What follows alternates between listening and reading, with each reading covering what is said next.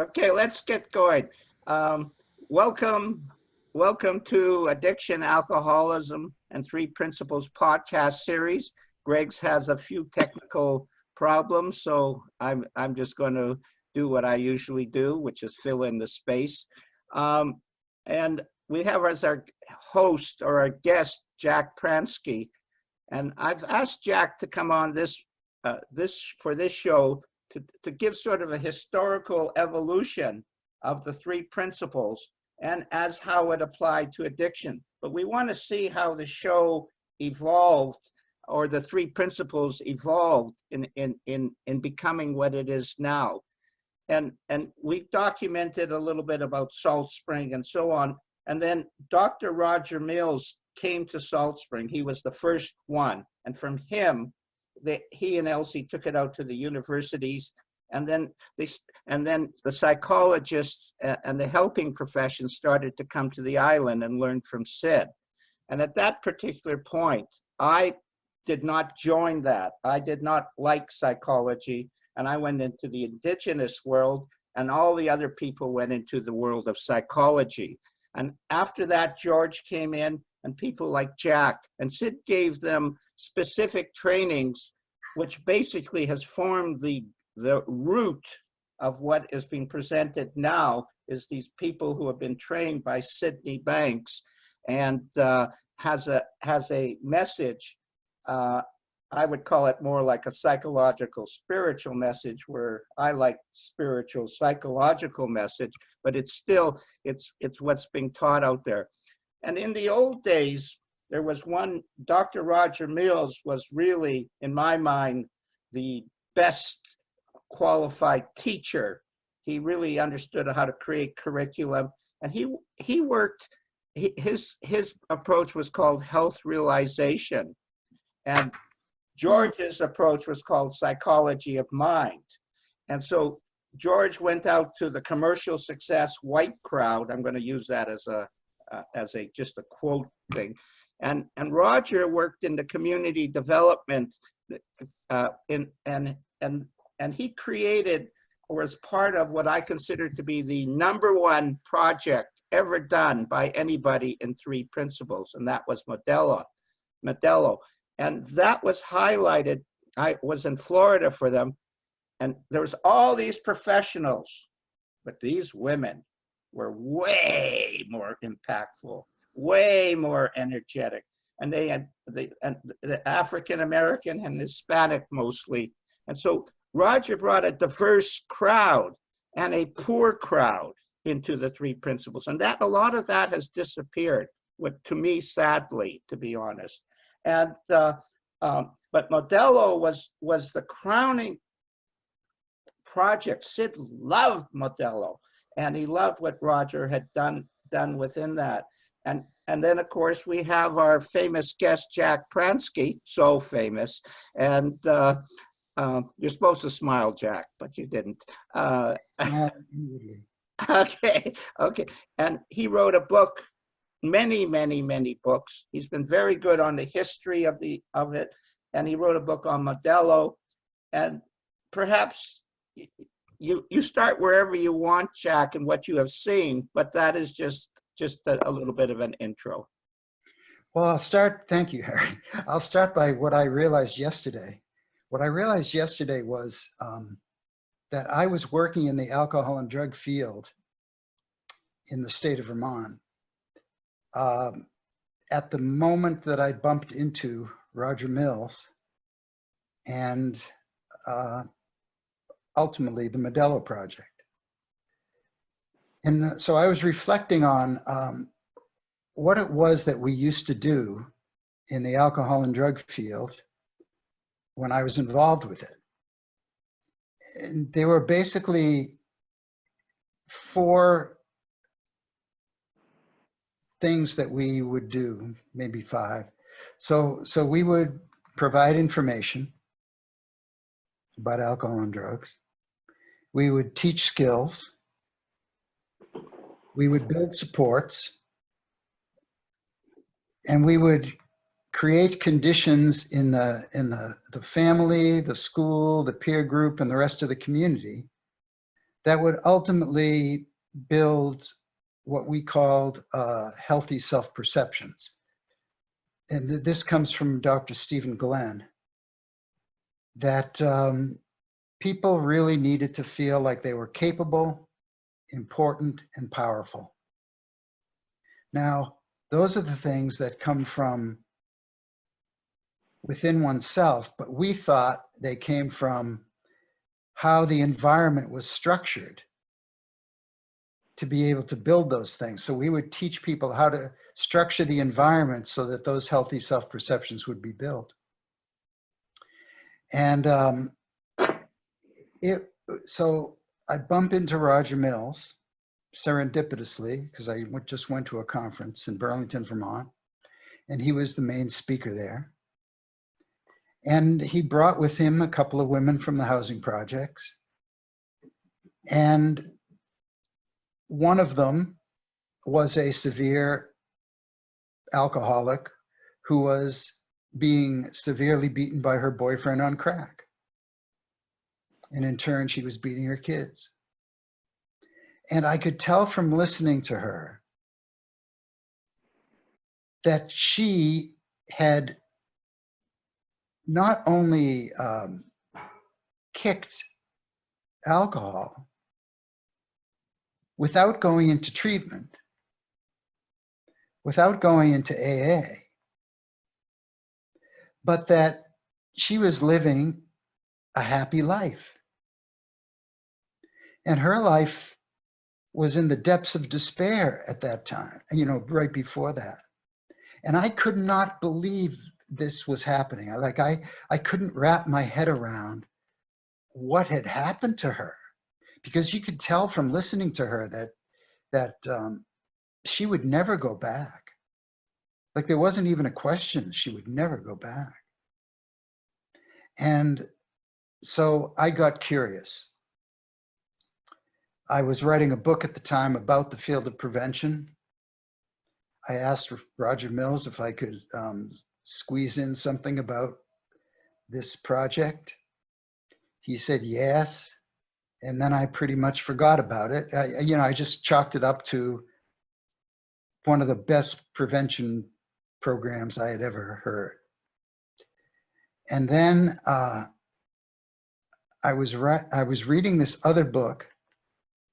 I think it was called Teacher, about this principal who had come into a really terrible school situation in southern New Hampshire. And it was the story of how he came in and turned around this entire school system. And it was written like a novel, except it wasn't a novel because it was true. And so it just came to me, okay, I have to write a book about what happened in the Modello housing project, like this book was written about him coming into a school system. And so I asked Roger if I could go down and interview the people and write this book. And he said yes. And then Hurricane Andrew came by just as I was about to go down there. And I decided to wait. And by the time I got down there, a month later, the entire housing project had been blown apart, literally. And there were people who the government had set up, like catty-cornered across the street, a makeshift trailer park. Half the Modello residents had gone into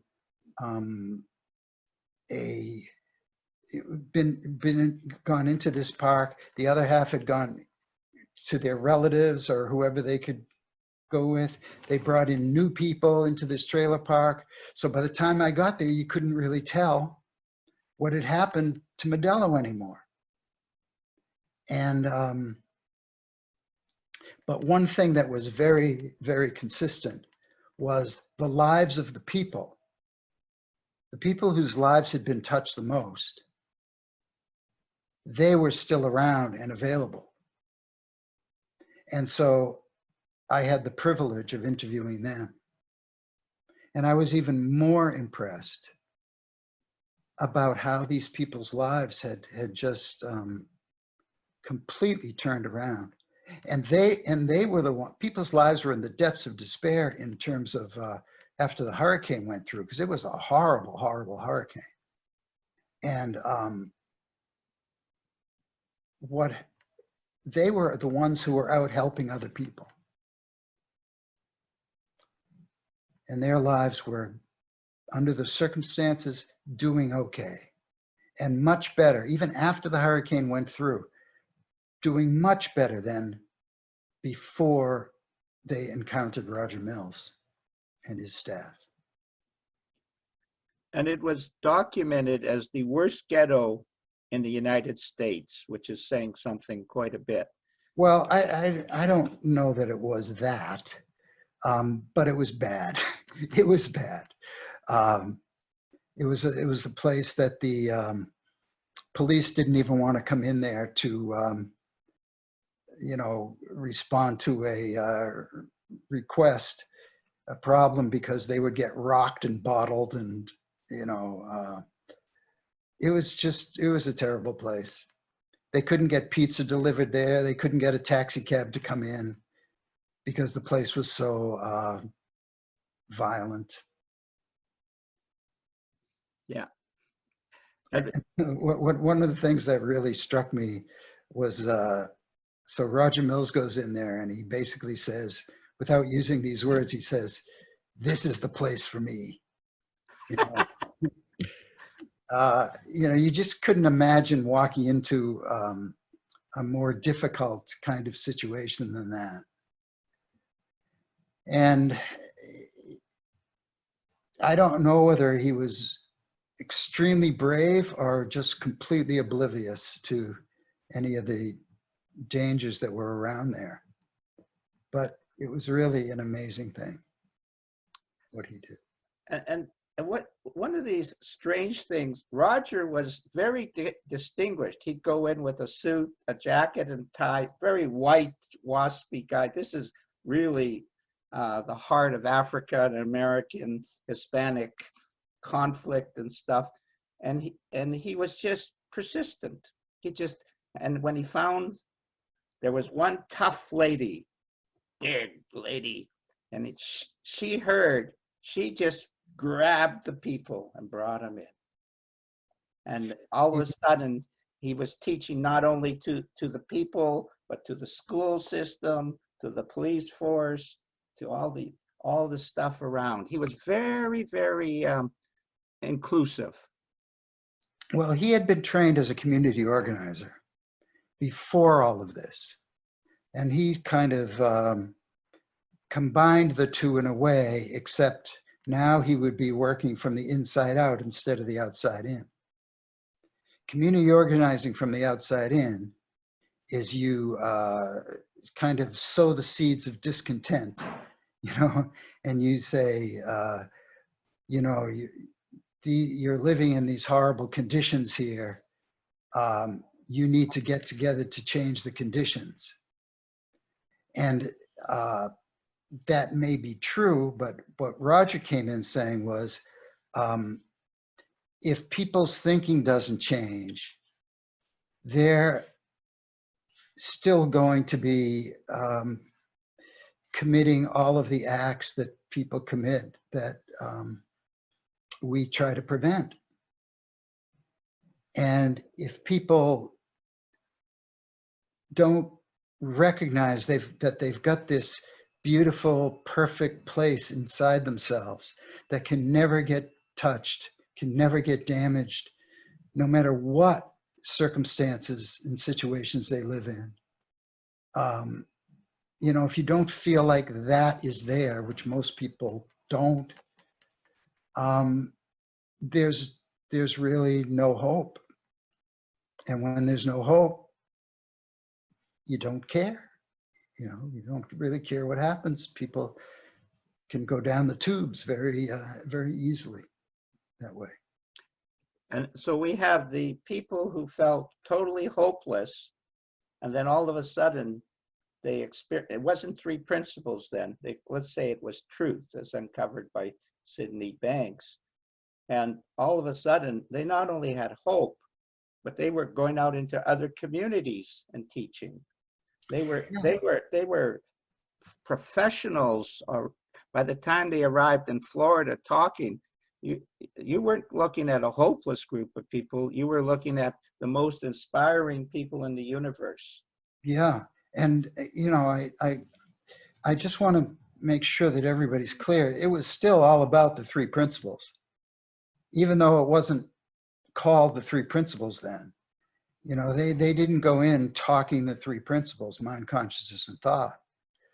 But they would, one of the beautiful things about Roger was he understood that you have to start where people are at.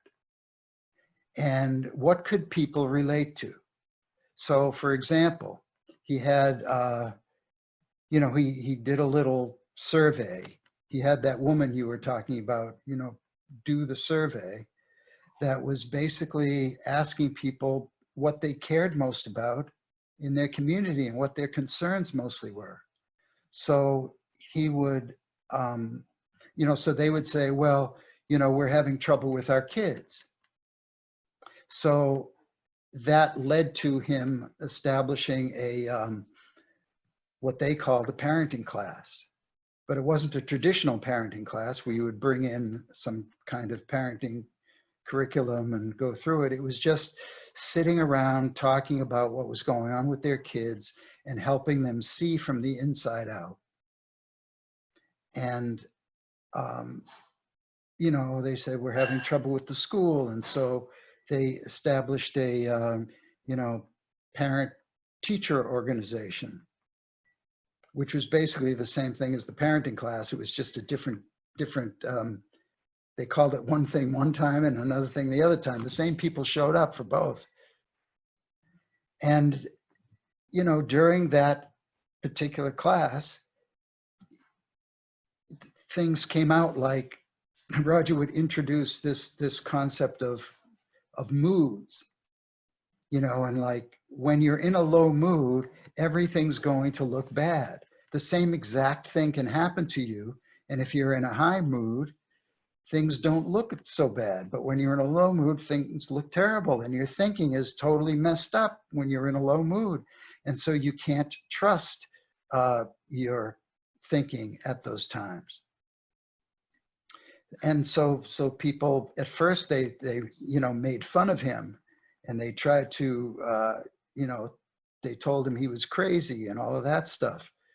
But some of you may have heard this story, and it's certainly in the Modello book. But so one day, this woman named Linda, I think I called her Carrie Mae in the book, she had a violent temper. She was a very nice person, but had a violent temper, especially when it came to her kid, and especially when it came to her kid acting out in school. So she was known to grab her belt, storm down to the school, and wail away on the rail away on him in front of the principal. And, you know, it was just a horrible situation. So one day after she goes through the parenting class or is involved in it, she gets called by the school system, and the school says, your kid just pulled a knife on somebody at school. And we're talking about a kid who's 10 years old, something like that. So she gets livid. She grabs her belt, storms down to the school, and halfway there, something clicks in her mind. She says, uh-oh, I'm in a low mood right now. I'd better watch it. So she goes over to the school, doesn't say anything, picks her kid up, brings him home, puts him in his room, goes to a neighbor's house, and stays there for 3 hours until she felt this love come back for her child again.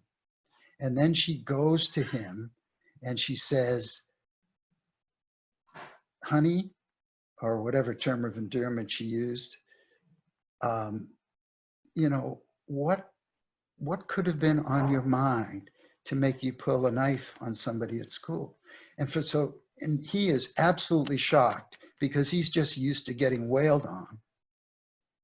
And he said to her, oh, you know, I was really scared because these kids were picking on me and I didn't know what to do. And then she realized that she never even gave him a chance to talk before. She would always just land on him with both feet. And in that moment, she saw through this love for him. And she broke down, and they both broke down together, and their relationship was never the same after that. All just by a simple little understanding about moods. And suddenly they were existing on a higher plane from that point on. So that's a story that illustrates the kind of thing that went on, that people got these incredible insights that just shifted them.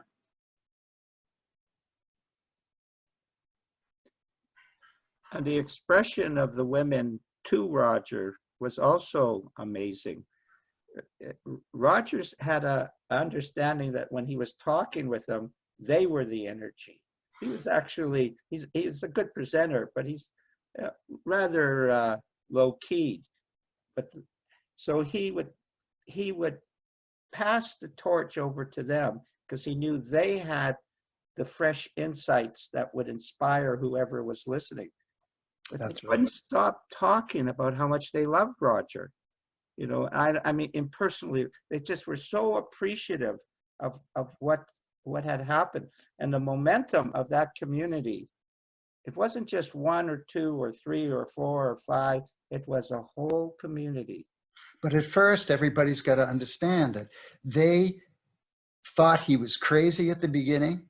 They tried to do everything in their power to get him out of there. And he was so consistently there that he would just not go away. And he would drive them crazy by the fact that he wouldn't go away. They were trying to get him out, and he would not go away. And that showed them something. Because usually when they try to get somebody to go away, they go away because it's not that pleasant, you know. So. And the other thing to notice is, although Roger was a master at getting grants, on the nonprofit, these communities don't have money, so you have to get money from the government. But on this particular project, which was the cornerstone of his whole career exploding, there was very little money there. It was enough, very little. It was a very small grant, and he went into it. He needed something at that point in his life. He had had a little bit of disruption, and he needed something, and that showed up.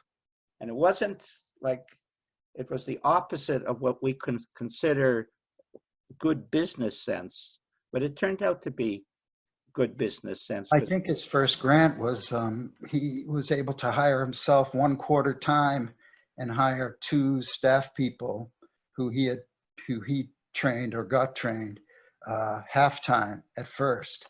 And then eventually he was able to work there half-time, and then they were able to get up to full-time. And then he was able to hire a couple of more people. Yeah. So does anyone have any question about Modello before we move on a little bit from that? Yeah, please ask questions. I love questions. Morning. Hi, Good everyone. morning. I'm just, I was sitting here thinking how amazing it could be if some of those women in that community were revisited, or I don't know if any of them are still in touch with people in the Three Principles community in terms of teaching. But yeah, wouldn't it be amazing to kind of revisit some of that? Somebody did have that idea last year. And so there was a little flurry of activity, you know, to try to get to actually, you know, wanting to do like a documentary or something, and interview the people now and kind of juxtapose it with, you know, footage from back then. And which I thought was a great idea, but I did not have the, I mean, I'm about ready to retire, so I didn't want to do it myself, but we contacted the person who worked alongside Roger, and that person was going to go and contact the women, but and then nothing seemed to happen from it. However, 3 days ago, I got the most amazing email from out of the blue from the daughter of the woman who, her name was Rita, but I called her Lisa in the book. And she told me what her life had been like growing up with someone who understood the principles, and how Rita's life had just been like blossomed ever since that time. I was very, very touched. I mean, this really only happened 3 days ago that I heard this, and it was from out of nowhere. And yeah, I was really grateful to her for telling me this, because otherwise, how would you know? You know? What a beautiful retirement gift. Yes, that's true. Absolutely true. Yeah. And they, like everybody, when they were together, there was that energy, like Salt Spring. But like Salt Spring, then everybody went in their own direction. And some just went into living a much healthier, happy life. One gal, Cynthia Steves, I think, Stennis, that's sorry, excuse me. She went out, and she went out and taught in different communities and so on. So each took what was best for them and evolved into it. But Jack's story is very touching because it showed a person who felt hopeless, and one of the angriest women and toughest women you're ever going to meet, and turned into, well, what has happened to us, you know. Yeah, if there was ever any question about whether people could find hope in what appeared to be a hopeless situation, they are the living proof. And it showed me that it's possible for anybody.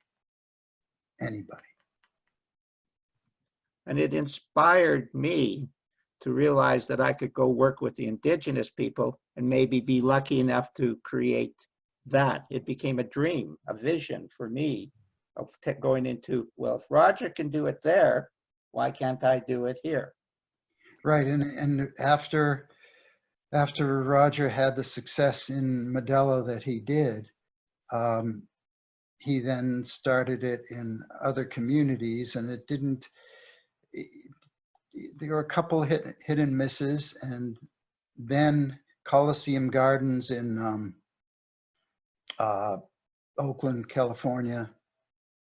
It was another place. That was the one that was called the murder capital of the world, and you know, they had tremendous success there too. And I want to put in a plug, not because it's my book, but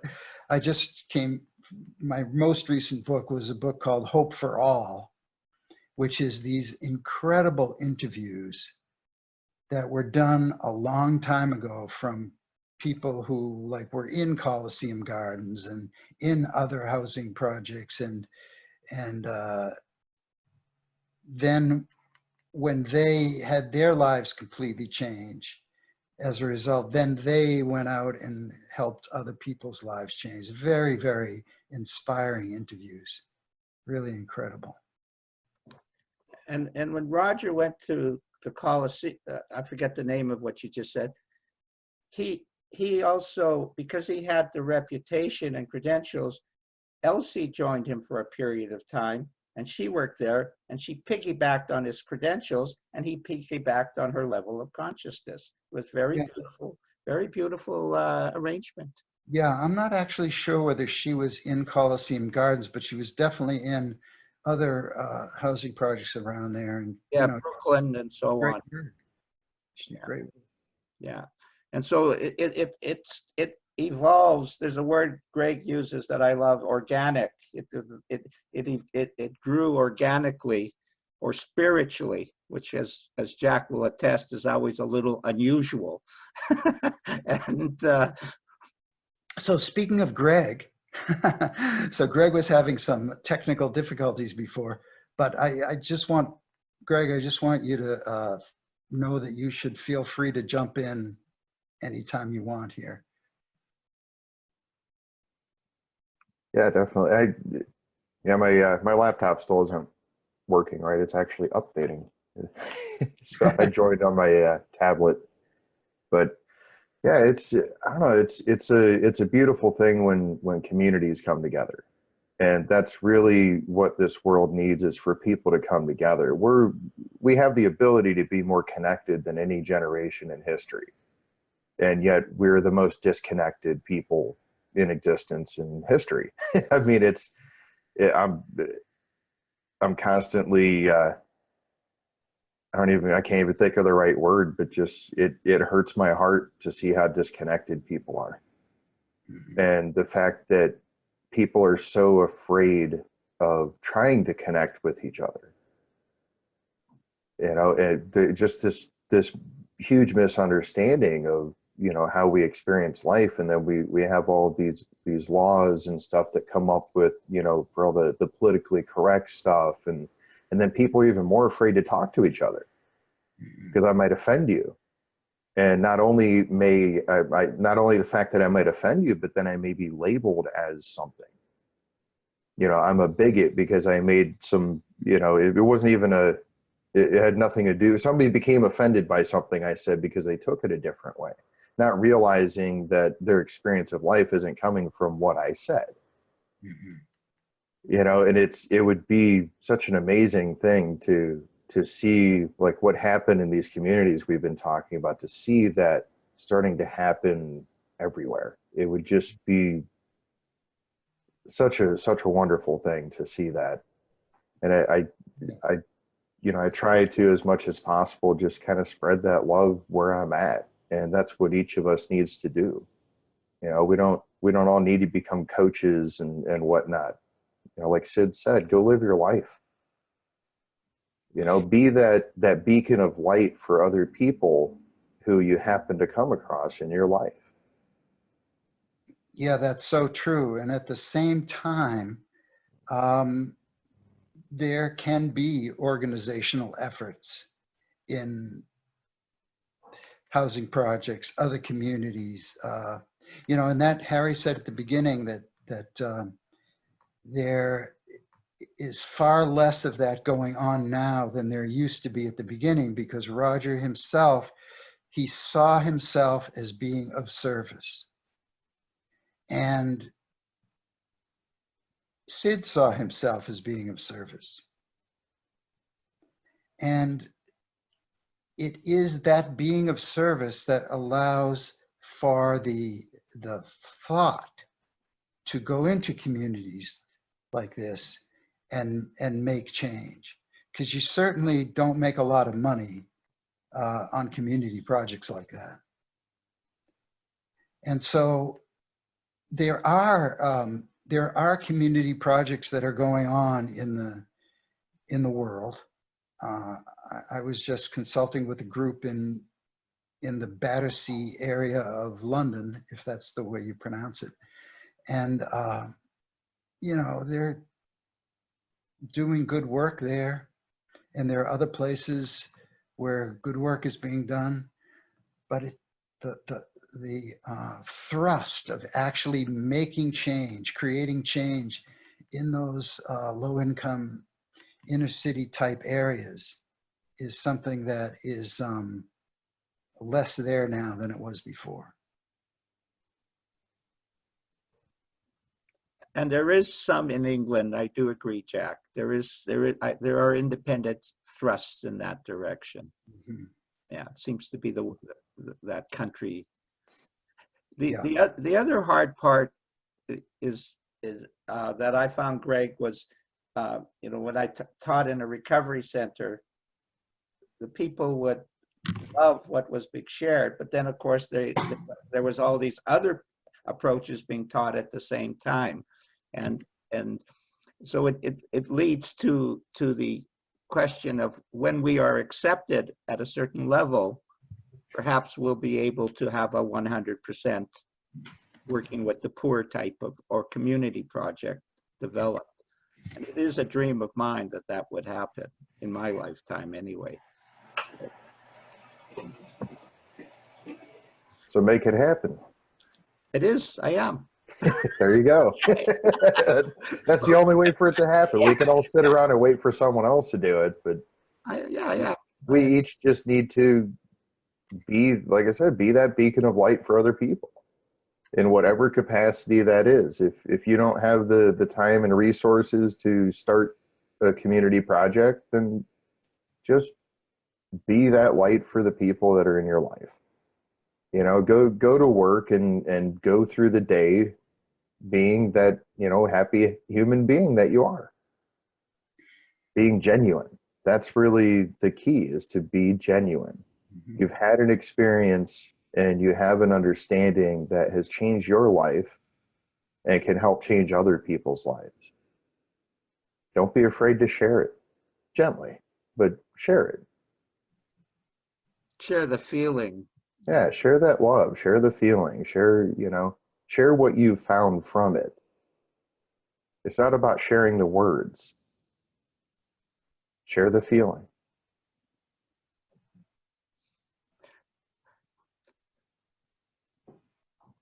True.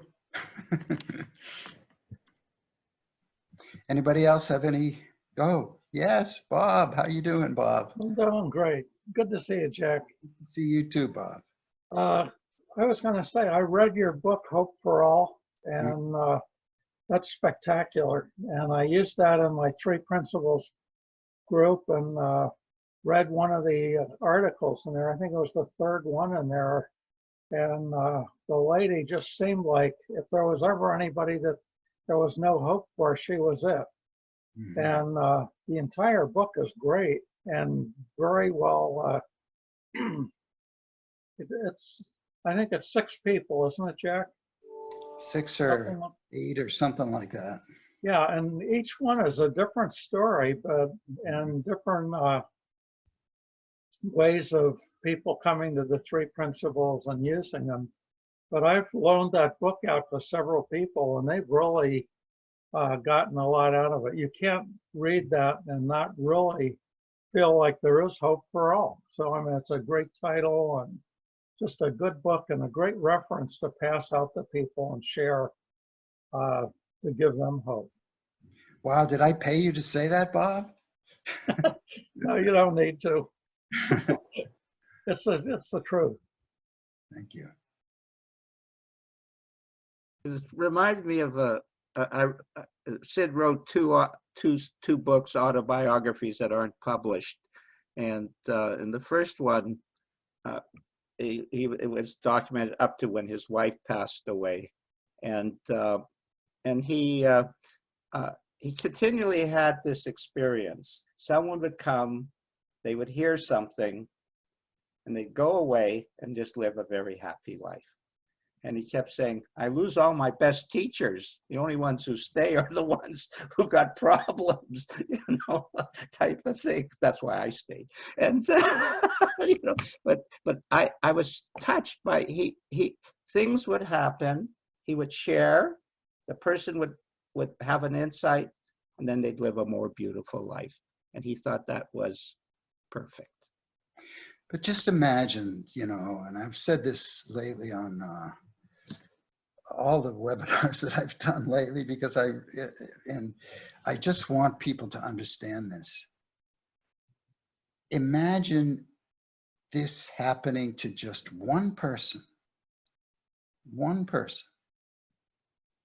who starts to see life in a completely new way because he has an enlightenment experience. That's one thing. But the fact that he wanted to give it away, like it didn't occur to him to say, I wonder how much money I can make out of this now. You know, now that I've had this insight. He wanted to give it away.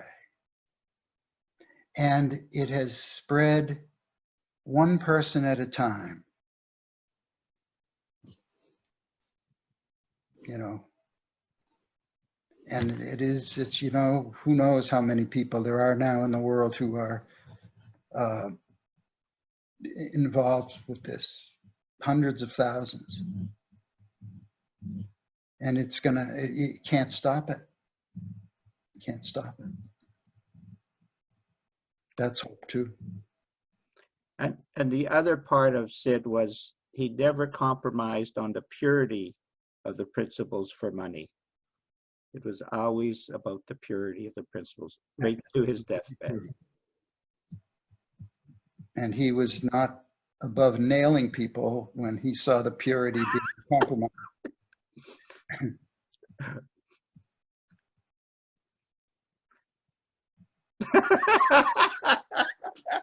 That's so true.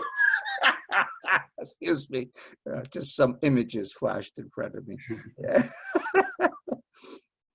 So Jack, do you think that might be where, I don't want to say gone wrong, but where maybe the sharing of the principles has kind of gotten off track a little bit, where there's a lot more people trying to make money at it nowadays, Well, versus just sharing it, you know?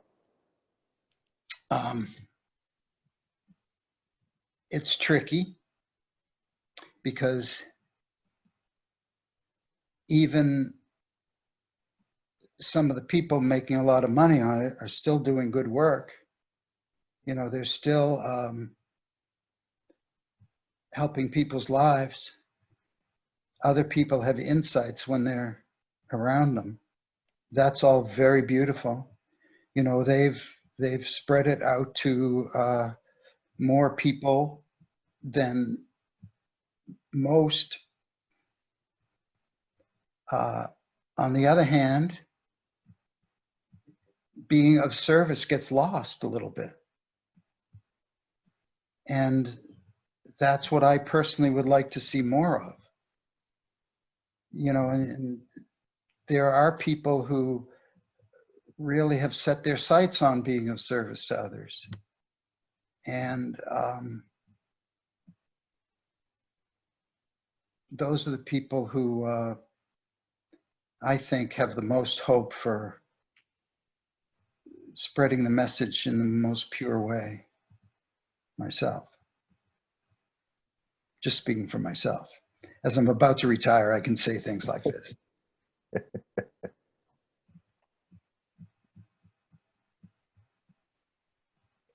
I definitely agree. There's, you know, there's nothing wrong with you know, being compensated for your time. Absolutely, people have to make a living. Yeah, you have to make a living.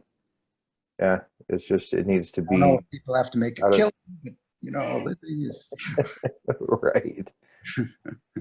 I had the unusual twist of the more I did it, gave it away and did it for free, the more money it came in through another route. And I got, oh, it's like I'm getting paid through the back door rather than the front door. And it felt actually more special because I didn't have to, if you're dealing with the poorer crowd of people, in most cases, you're quite a bit better off than they are. And they can't do that. So I could give people who are helping me the money because they desperately needed it. And for some reason, in another way, it just kept pouring in. And I went, oh, this is so cool. The more I give away, the more I get. And that's what Sid said to me. He said, I'll always have money because I share so much love. It has to come back. He says it just works like that. And when he said that, I didn't understand it, to be honest, Jack. I didn't at that point. But I have a sense that is true. If you give it away, it comes back. But it doesn't come back linear. It comes back more spherical, you know, and or unexplainable. And yeah, and while you were talking, it occurred to me that something I wanted to say at the very beginning when you introduced this, Harry. I just want to make sure, since I wrote the book Paradigm Shift, which is the history of of the principles. Really, George Pransky was the first one to go up to Salt Spring Island and see Sid, but then he came back and, told Roger Mills about it. And Roger was the one who then went up there and actually lived up there for a while. And then later on, George came up and also lived up there. But I just wanted to. Oh, to be honest, I didn't know that. Yeah. So thank you for clarifying that. It was hard to separate the two of them. Yeah. They created tremendous impact on Salt Spring. Sid started talking about them, and they came in, but it was strange. Everybody who came in up to then, I always felt like I was here and they were there. Roger and George came in, and it was more like, holy, this is a whole new ball game. Mm-hmm. Very, very, very clean. And when you listen to the first talk at Cedar Beach called Seminar on Mental Health, where Roger and Elsie finished first at Sid, and then Roger's just in that laugh of his just takes you right into another world. Mm-hmm. Yeah. Anybody else have any other questions or comments? I don't know how much time we have. I don't. Well, so after Modello and Roger, Roger going into creating health realization, and George creating psychology of mind, and those two being majorly like when I went back. Clarify something about that too, Harry. Okay. Because it wasn't really that way. I mean, what really happened is that Sid said that it should be called psychology of mind. And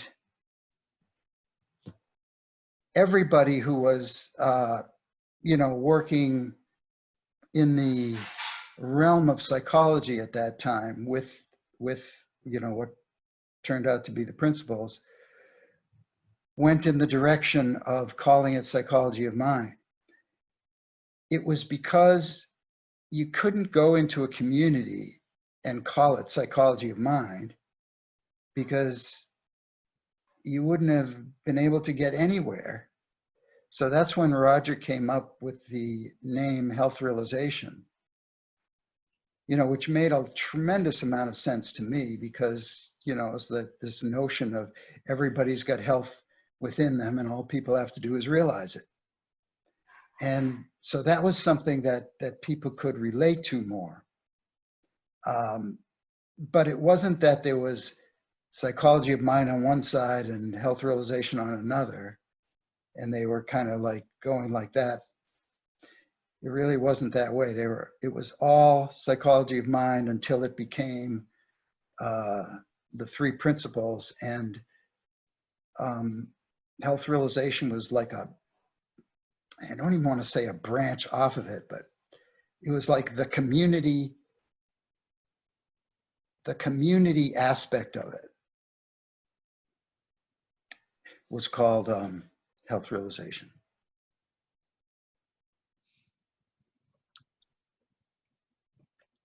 Now, this is not self-serving. Even though I wrote the book Paradigm Shift, which is the history of the three principles, I highly recommend everybody read it, but the money doesn't go to me. It goes to support the Three Principles Global Community. So all proceeds from that book go to support the Three Principles Global Community. And so I highly recommend that people take a look at that, because it has all the history in it. Well, speaking of the history, I'm going to ask another question.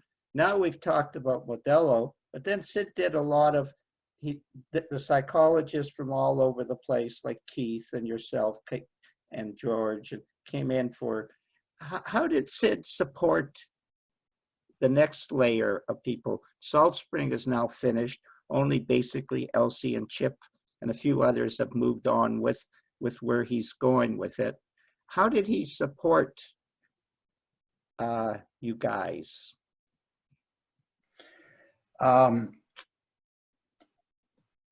The psychology of mind, well,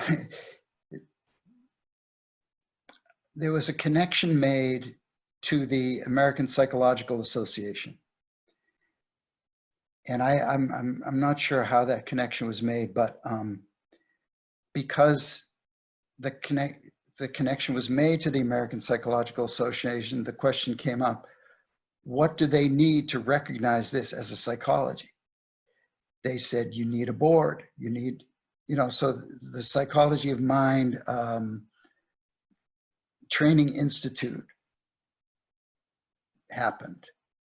And there was a board of people. So they hired Sid to be a consultant to them. They would meet with Sid periodically, and he would help them deepen their understanding. And, if they got too far afield, off track, he would pull them back in to the purity of what the principles we're talking about. So it was kind of like, that's the way it always went. People would get these ideas about how you could best put this out. And even though they were good ideas about how you put it out, if it lost some of the purity of the principles, Sid would have to rein it back in. And that happened like this, it happened like this, it happened like this. Sid was always having to rein it back in. And now, unfortunately, there's nobody really around to do that. And so while the beauty of it is that it's spreading far and wide, the danger is that it will lose its purity. And so there's those two things that are happening simultaneously at the same time. So how would you define the purity of the principles?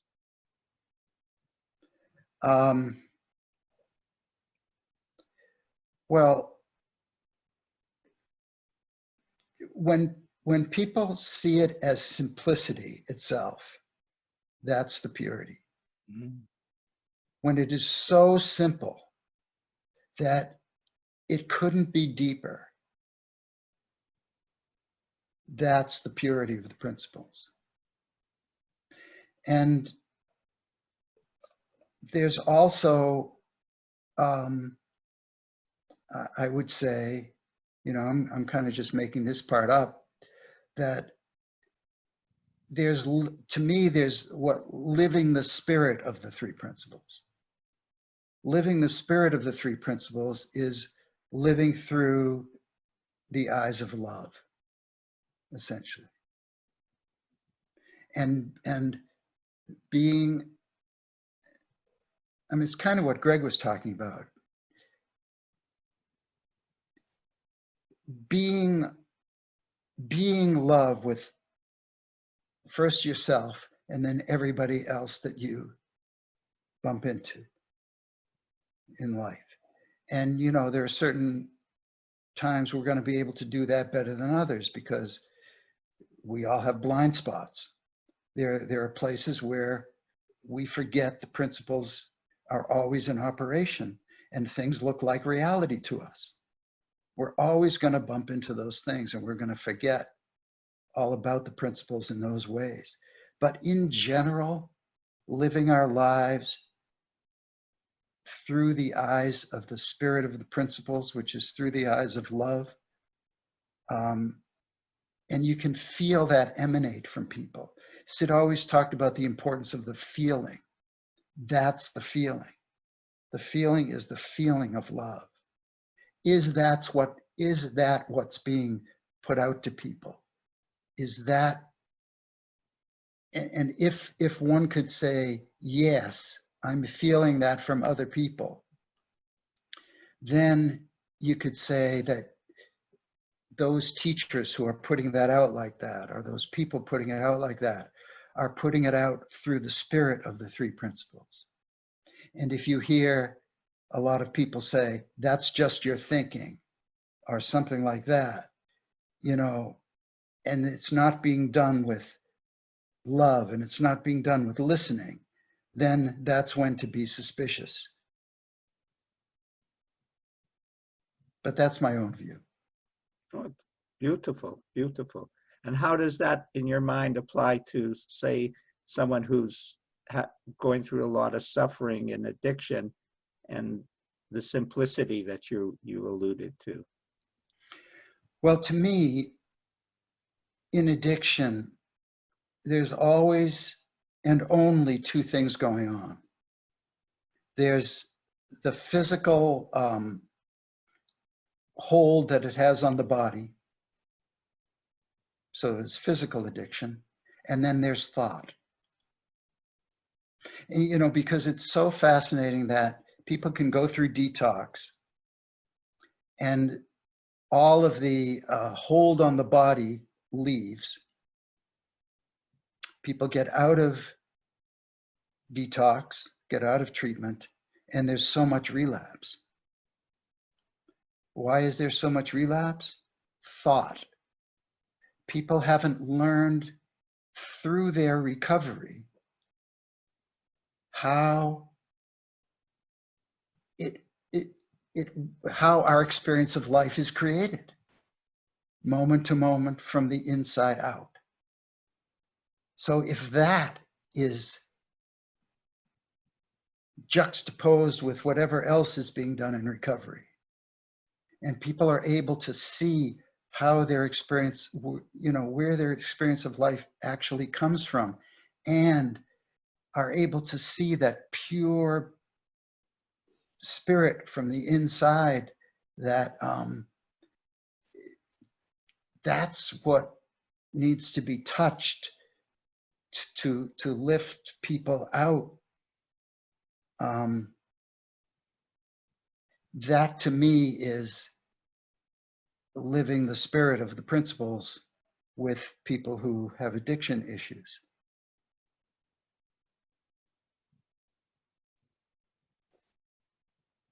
Did I answer your question?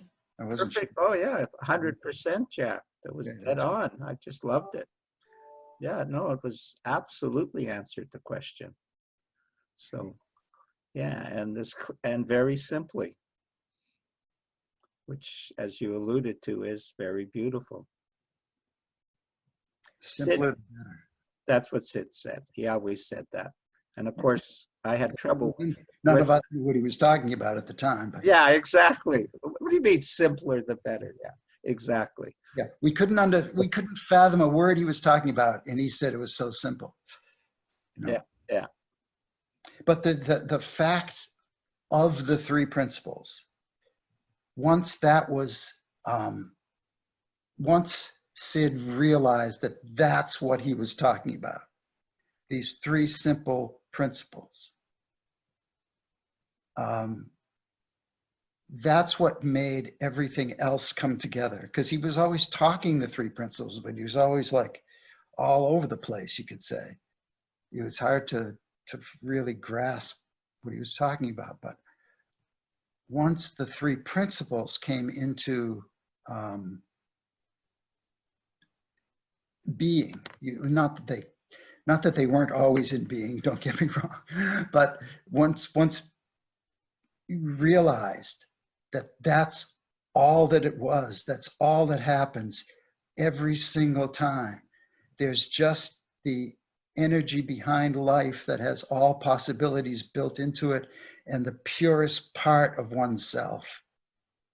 And then all we can do is create the illusion that we're thinking ourselves away from it. I mean, it's so simple. We're everything that we're looking for already, and we just think ourselves away from it, but you can never really get away from it, so it's just an illusion.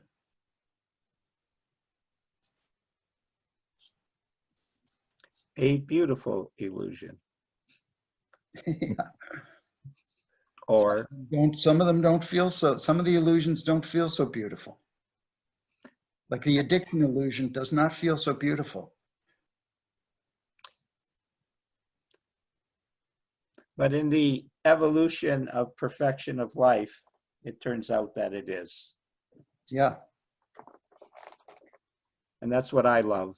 I made no mistakes, although it did appear that I made a lot of them.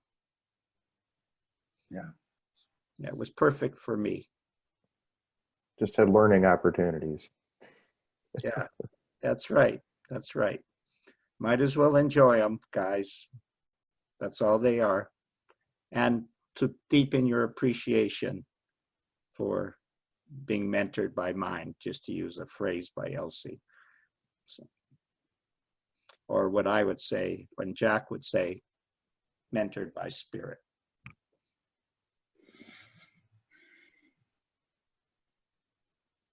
Okay. It looks like this is where we've come to, and since you didn't do the introduction, Greg, you might as well do the conclusion. Yeah. Go ahead, Greg. Are you recording this then, Harry? Was that you? Annette is recording. Annette. Somehow Annette became the host when you left. Oh, nice. I was wondering about that. Yeah, we'll have to figure that out a little better. Okay, but Annette, can you send me the audio and video file? That'd be really great, and also to Greg as well, please. Yeah, I will try to do that. I did fall out at one point, but then I came back on, so there might be a little. Okay, it's okay. Probably was a boring moment anyway. Yeah. Yeah. Those never happen. So wrap it up, Greg. Well, thanks everyone for joining us today, and especially Jack for your pre-retirement addition to our ongoing conversation here. It's always great to have you on, Jack. I like the simplicity that you keep in the principles, and I agree with you that there's a lot of complications being added, and it's nice to hear somebody just keeps things basic and simple, because that's really how people are going to get this. When we overcomplicate it, it gets the intellect involved, and that's just bad news. It took me a long time to come to it, though. I really had to see the simplicity for myself. I spent many years seeing the complexity. So there's hope for all of you yet.